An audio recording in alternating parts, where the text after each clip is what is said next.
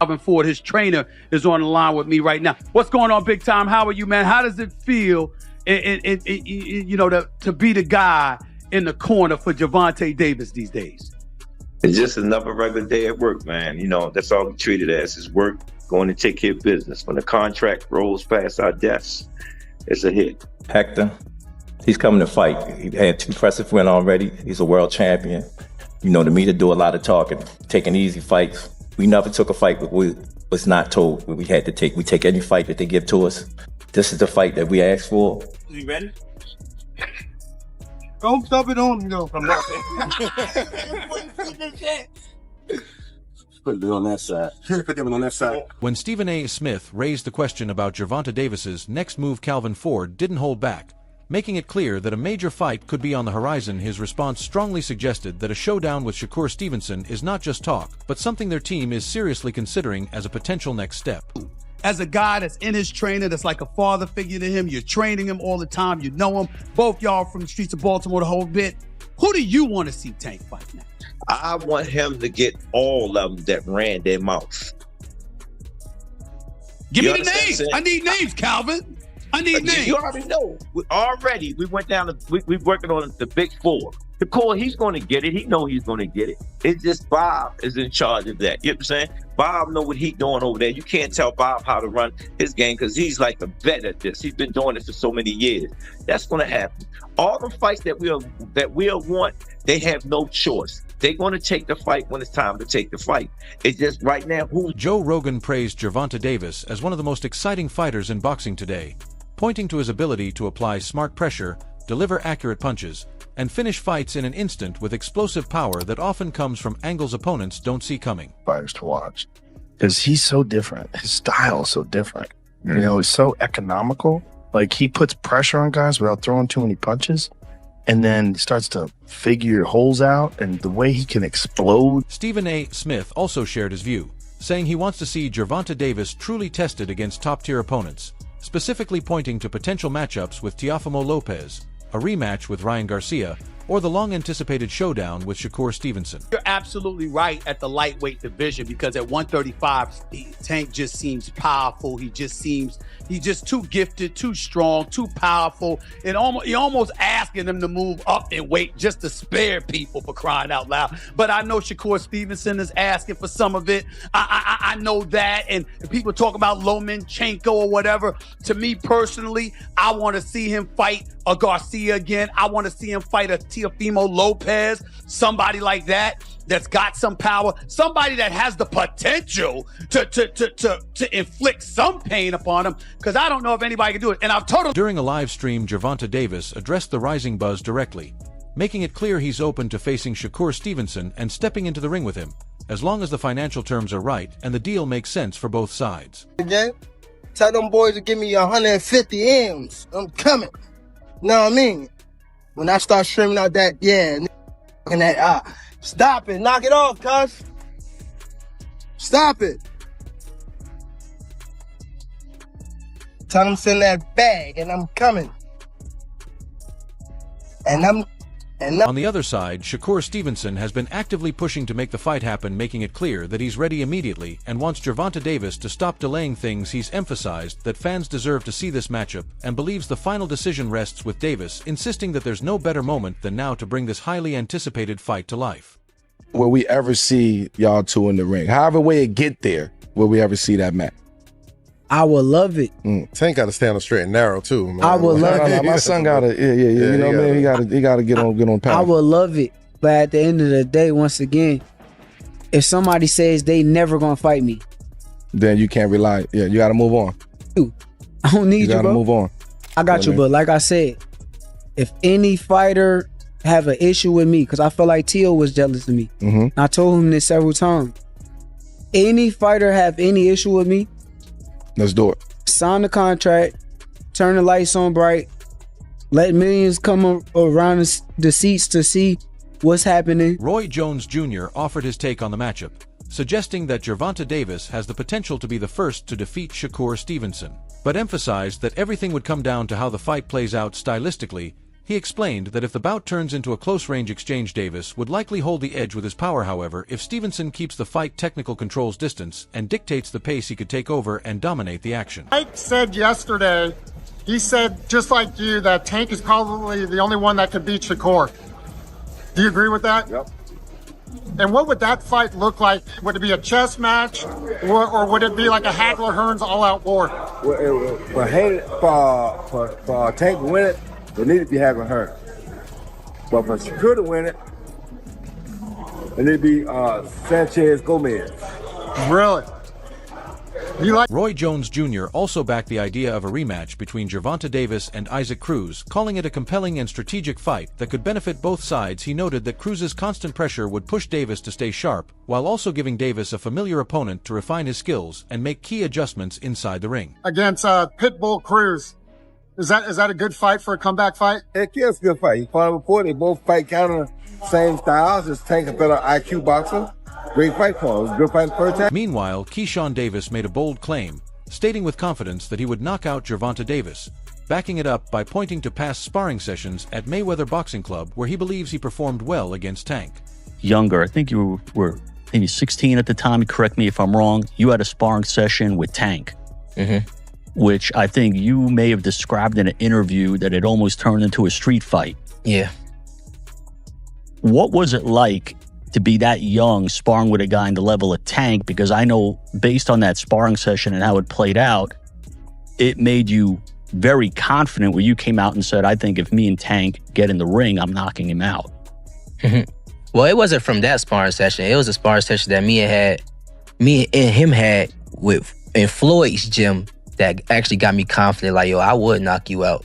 But shouts out to Tank, bro. I don't got nothing against Tank, for real. He's a great fighter. I just know what I can do against him. Because of my own abilities. And also I've been in the ring with him. You know what I'm saying? So it's not nothing like, I don't want to just seem like I'm out here just talking trash about Tank, you know what I'm saying? Because sometimes I do come off like that, like I'm just talking trash about him. But I'm just confident in myself, and you know, he still is the top guy. You know what I'm saying? So when it comes to me and him, I really think... And Gervonta Davis didn't take long to respond, jumping onto social media to fire back at Keyshawn Davis after the call-out, with the back and forth only adding more tension and intensity to an already heated situation between the two fighters. And why? I would knock Tank out just off the strength of... No. You're not knocking no Tank. I might be a casual, but I'm just saying... I need people like that. I didn't see... No, I'm just saying, bro. So when I put a little slip in... I'm just saying this. I'm just saying this. Smack. 7th round, I'm going to just say this. What's up? 7th round. 7th round. Why is 7th? I'm just saying that's when he get crazy. That's when they start That's when he crazy. Listen, he always say this when we had Tank fights. He be like, cuz it's almost like the 6th round. He about to get crazy now. No, because listen, that's he when about to go in the foster child. The mode. whole twist is it's like he be saying all types of stuff. The whole twist is because you know Tank come from a foster home. He about to go in the foster. Keyshawn Davis didn't back off his statement, instead doubling down on his prediction and even calling his shot by saying he believes he would stop Gervonta Davis in the 7th round, a moment he pointed out as a time when Tank often starts taking greater risks inside the ring.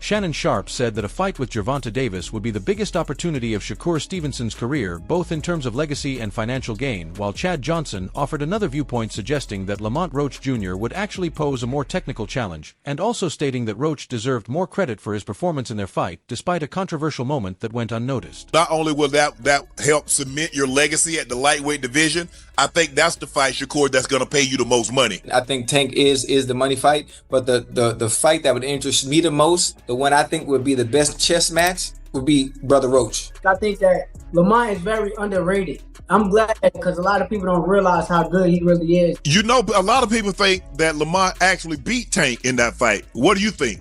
I do. I think Lamont won. I think Lamont won 7-5, 8-4. even without the knockdown. Yeah, without the knockdown. Shakur Stevenson outlined the matchups he considers most competitive in the lightweight division, pointing to Gervonta Davis, Lamont Roach Jr., and Andy Cruz as the toughest challenges available. He emphasized that he always aims to face the best opposition and views those potential fights as the true measure of his skills and overall ability in the sport. Lamont, lightweight. I like Andy Cruz. I'm a competitor, so I like the best fights and the most competitive fights. So I think them guys is more so the three most. Claressa Shields offered a strong assessment of Gervonta Davis, questioning aspects of his legacy and suggesting that he may have sidestepped some top-tier opponents. She referenced ongoing criticism from fighters such as Shakur Stevenson and Devin Haney, while also noting that Stevenson's defensive ability and control of distance could represent the biggest stylistic threat to Davis in a potential matchup. Been talk to him the way that Ryan, he already knocked out Ryan. The way that these dudes be talking, he supposed to come back and get them. He the man, right? He where everybody say is the best. I ain't leaving no foot on the table. When I'm done boxing, I'm whooping all these girls. They all getting beat. Oh, you said you can beat me? Oh, okay, I'm gonna figure out a way to get you. You just wait. So who you think could beat Gervonta? I think Shakur beat Gervonta Davis, and I used to think Devin. I think Devin can outbox Tank, but once Tank catch him, it's gonna be a long night. Long night. But only person I think that can beat him is Shakur. I'm trying to think is anybody else.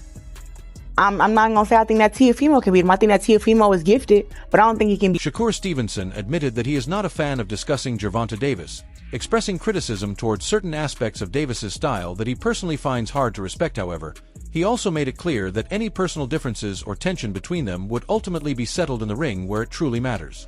Realistically. Man, I ain't gonna lie. I'm gonna keep it 100 with y'all. I don't really like talking about him. Yeah. Cause like the way that he move is goofy to me. Like it's some weird shit. So like I really don't like speaking on him, but like if same thing that I said. Fighting, no fighting perspective. Same thing that I said with Tio. If anybody got issues with me or feel some type of way about me, you could come see me on fight night and resolve every issue that you got. Shakur Stevenson also said he is willing to make the fight happen with Gervonta Davis, but only if Davis is genuinely serious about stepping in the ring. He emphasized that the responsibility is now on Tank's side to push the matchup forward and stated that if there is no real effort to finalize the bout, he has no intention of waiting indefinitely or staying stuck in negotiations. See y'all two in the ring. However way it get there, will we ever see that match? I would love it.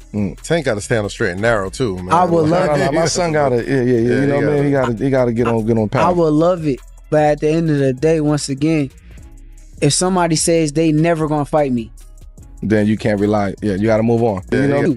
Chris Algieri offered a critical take on Gervonta Davis, suggesting that he may not be fully locked in on boxing anymore. He referenced earlier comments where Davis mentioned the idea of retiring early to focus on family, interpreting it as a possible sign that his drive and passion could be fading. Algieri also pointed to the recent draw with Lamont Roach Jr. as further evidence that the level of hunger fans once associated with Davis might not be as strong today. In his view, Davis appears to be steering away from the toughest challenges at this stage of his career. Thought this was all going to be in the works, where he was supposed to beat the 16-1 Roach and then go on to fight Jake Paul and then call it a career, because I think the people around him understood there wasn't much left in the tank for him in terms of his want or his desire to be here. He did an interview with Dan Canobio about 18 months ago where he was like, yeah, man, I just kind of want to raise my family. I don't know how much left of boxing for me. I don't want to see a therapist. I want to, I need to, but like I don't want to take away from my fighting.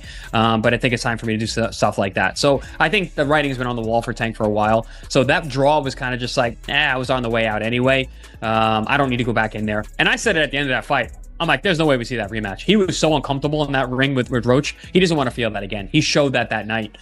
So I'm not surprised that fight's not happening. I'm not even surprised he's fighting Jake Paul. Timothy Bradley Jr. shifted attention toward the future of Shakur Stevenson, stating that he has all the tools required to become the next major star in boxing. Bradley pointed to Stevenson's elite technical skill, defensive awareness, and high-level ring intelligence as key traits that could help define a new era of the sport moving forward. You know, Conor Ben, like there's a lot of fights that like Shakur can like be involved in and beat all these dudes, man. Beat all of them. Has a chance of beating all of them, right? and solidifying, his mark in the sport, being, the great of his generation. When Crawford left, I told y'all that, Shakur was the next guy on the throne. And I truly wholeheartedly still believe that. I know there's guys that has worked with Shakur in the past that swear up and down. Oh, shoot, I even forgot Murataya. Murataya is there too. Guys like Andy Cruz. I mean, there's a lot of talented guys that people respect that Shakur. Mike Coppinger offered a more balanced critique of Shakur Stevenson, acknowledging his elite abilities such as footwork, jab, and overall ring control, but also pointing out that his fighting style does not always translate into high excitement for viewers. He noted that fans often expect more action based on Stevenson's pre-fight confidence, yet the actual in-ring product does not always match those expectations. This gap, he argued, has at times led to frustration among audiences, with some viewers even losing interest during certain fights. He's gonna punish the opponent. He never does. Yeah. Is he capable of it? Yes, I think he's a really good fighter. Great footwork, great jab. But this is boxing, this is showbiz. It's not enough to simply win. We're not asking for Shakur Stevenson to recklessly trade in there. We're saying if you have the guy hurt or if you have him in a good position, maybe throw a combination rather than one. Let's call a spade a spade. Shakur Stevenson, the reason he's not in the main event on Saturday, let's face it, his last two main events, his own fans were walking out of the fights before they were over. Yeah. The fight with Edwin De Los Santos was brutally awful to watch. I think it was CompuBox records. And, again, you have to put it, there's two guys in there. I'm not saying Shakur Stevenson's fully to blame, but that was a boring fight. That was a main event. And then you had the fight against Artem Harugin, and that was an awful fight. As the debate surrounding Gervonta Davis continues to build, one thing is still clear. He remains one of the biggest attractions in boxing. Whether it's a potential clash with Shakur Stevenson, Teofimo Lopez, or another top contender, fans are pushing for the biggest fights the sport can offer. With his combination of skill, knockout power, and star presence, Davis continues to stay at the center of attention, and that spotlight isn't fading anytime soon.